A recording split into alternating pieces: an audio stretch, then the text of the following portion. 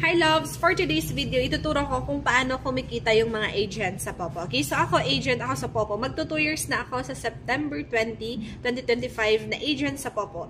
So yan, malaki na din kinita ko sa app na to. And until now, everyday pa rin po akong nagpe-payout as agent sa Popo. Everyday yan. Syempre, nagsipag ako mag-invite. So talagang marami akong active members. Marami tayong na-earn na commissions. Okay? So, kapag mag-agent kayo sa Popo, guys, katulad ko, yan yung dashboard ko, is more on inviting yung gagawin natin. Kasi agent tayo, more on inviting yung gagawin natin para meron tayong active members, magkaroon tayo ng commissions. And syempre, pwede rin tayong mag-sell para ng coins. Pwede tayong magbenta ng coins if ever na gusto nyo mag-agent. Okay?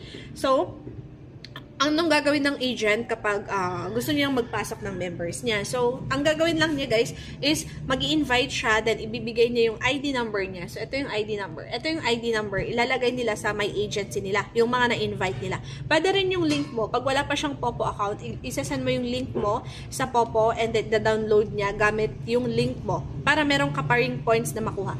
Kasi pag nag-live yung invites nyo, guys, meron kayong invite. Pag nag-live yung invite nyo ng 7 days sa new users task nila, meron silang makukuhang $14. Meron ka ding makukuha na aabot ng $14 if ever na nakapag-live. Pero hindi abot ganon masyado minsan kasi nagkaka-violation. Kaya dapat alagaan nyo yung invites nyo if ever na bagong users. Tapos pumasok siya dito sa invite section mo. Kasi ayan yung points na makukuha nyo sa kanila. Mare-receive. Dito nyo mare-receive yung points. Ay, meron pala akong mare-receive. Guys, receive natin yung aking 10,000 points yun, $1. So, $1 yun galing sa invite. So, in fairness, no? So, yan. Ganito yung mga kinita ko na sa mga invites ko na nasa invite section ko. So, hindi lang dito tayo mag-earn sa kanila. Syempre, kapag nasa agency natin sila, meron tayong commissions na makukuha sa kanila. So, ito yung commissions na na-earn natin. So, ito yung na-earn ko na commissions galing sa mga invites ko. Kasi sa mga members ko, sa members. Kasi kapag nag-trade sila, kunwari nag-trade sila ng coins, is meron akong ma-earn. So, magsa-start tayo sa 4%.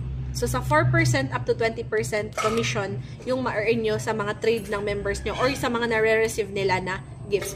For example, meron siyang na-receive na nag-trade sila ng 10,000 coins, 7,000 yung ma-receive, 7,000 mapupunta dun sa member times 4% natin dahil bago ka pa lang na agent. So, meron kang commission na 280 na points. 280 points. Diba? So, pag madami kang members, madami kang ma-earn na points, mas malaki yung mapipayout mo. Kaya ganon. Mas malaki yung napipayout ko everyday. Kasi nga, madaming members na active. So, yan. So, ganun kung paano kumikita yung mga agents. From trades, sa mga trade na coins, sa mga